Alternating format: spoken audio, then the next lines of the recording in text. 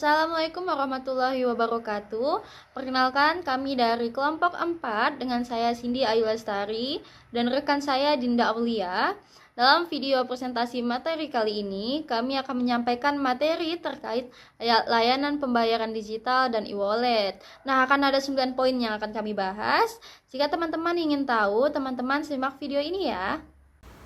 Baiklah, langsung saja saya akan menjelaskan pengertian dari pembayaran digital. Pembayaran digital adalah sistem pembayaran yang dilakukan menggunakan sistem elektronik tanpa melibatkan uang fisik secara langsung. Teknologi ini memanfaatkan jaringan internet dan sistem informasi untuk memungkinkan transfer dana secara cepat dan juga aman. Contoh umum dari pembayaran digital yang pertama itu membayar tagihan listrik lewat aplikasi mobile banking. Yang kedua, berbelanja online dan membayar dengan QR Code.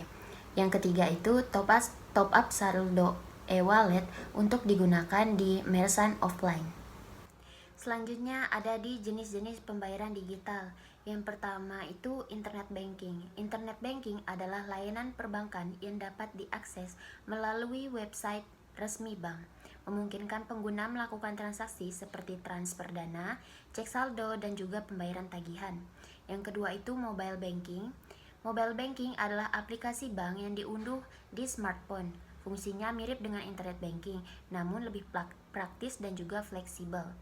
Yang ketiga itu kartu debit atau kredit adalah alat pembayaran fisik yang digunakan dengan cara digesek atau ditempelkan pada mesin EDC. Yang keempat itu ada kode payment. Kode payment adalah transaksi dilakukan dengan cara memindai kode QR menggunakan aplikasi pembayaran digital. Dan yang kelima adalah e-wallet atau dompet digital. E-wallet atau dompet digital adalah aplikasi yang menyimpan uang secara digital dan dapat digunakan untuk berbagai keperluan transaksi, baik itu online maupun offline. Kemudian dilanjutkan dengan pengertian e-wallet. E-wallet atau electronic wallet adalah aplikasi yang memungkinkan pengguna menyimpan uang dalam bentuk digital dan menggunakannya untuk bertransaksi secara elektronik. Fungsi utama e-wallet ada beberapa. Yang pertama itu sebagai pembayaran barang dan jasa, yang kedua sebagai pembayaran tagihan seperti listrik, air, pulsa, dan lain-lain. Yang ketiga transfer uang antar pengguna, dan yang keempat itu sebagai penarikan dan pengisian saldo. Selanjutnya, contoh e-wallet yang populer di Indonesia. Yang pertama itu ada GoPay. GoPay ini adalah pembayaran secara online yang terintegrasi dengan ekosistem Gojek. Yang kedua ada OVO. OVO itu banyak digunakan di Grab dan merchant offline. Yang ketiga ada Dana. Dana itu fokus pada pembayaran tagihan dan kirim uang. Dan yang terakhir ada ShopeePay. ShopeePay itu dioptimalkan untuk belanja online. Selanjutnya ada cara kerja e-wallet. Yang pertama itu pendaftaran. Pengguna mengunduh aplikasi e-wallet dan melakukan registrasi dengan data pribadi. Yang kedua ada top up saldo. Pengisian saldo dilakukan melalui rekening bank, ATM, gerai retail, atau transfer sesama e-wallet. Yang ketiga ada penggunaan. Saldo dapat digunakan untuk transaksi seperti belanja, transfer uang, atau pembayaran tagihan. Dan yang keempat itu keamanan. Transaksi biasanya dilindungi dengan PIN, OTP, atau sidik jari. Kemudian dilanjutkan dengan ilustrasi penggunaan e-wallet.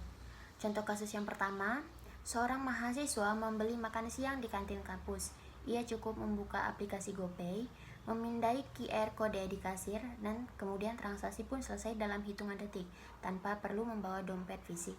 Kemudian contoh kasus yang kedua, seorang pemilik warung kecil menggunakan dana bisnis. Ia menerima pembayaran digital dari pelanggan yang membuat transaksi lebih efisien dan memperluas jangkauan pelanggan, khususnya generasi muda yang lebih suka metode pembayaran digital. Nah, kelebihan penggunaan e-wallet atau pembayaran digital. Nah, dalam penggunaan e-wallet atau pembayaran digital, ada beberapa kelebihan atau keuntungan yang dapat konsumen dapatkan. Beberapa di antaranya, yang pertama, pembayaran e-wallet atau pembayaran digital lebih praktis, sehingga konsumen tidak perlu membawa uang tunai atau kembalian. Yang kedua, penggunaan e-wallet atau pembayaran digital lebih cepat, yang dimana proses pembayarannya hanya memerlukan beberapa detik saja. Lalu, kelebihan penggunaan e-wallet juga lebih aman, karena transaksi akan dilindungi oleh sistem enkripsi dan autentikasi. Lalu, kelebihan selanjutnya, pembayaran e-wallet atau pembayaran digital akan lebih transparan karena riwayat transaksi dapat dilihat secara langsung di aplikasi tersebut. Lalu, kelebihan terakhir yaitu kebanyakan pembayaran digital atau e-wallet memiliki atau menawarkan promo-promo yang lebih menarik seperti mendapatkan cashback, potongan harga, ataupun loyalty points.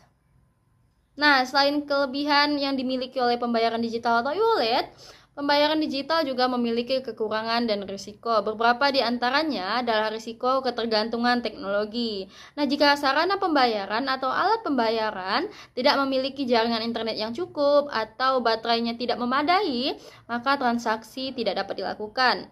Yang kedua, maraknya risiko penipuan. Nah, dengan menggunakan tautan phishing atau link phishing yang umumnya dapat menyerang pengguna yang kurang waspada.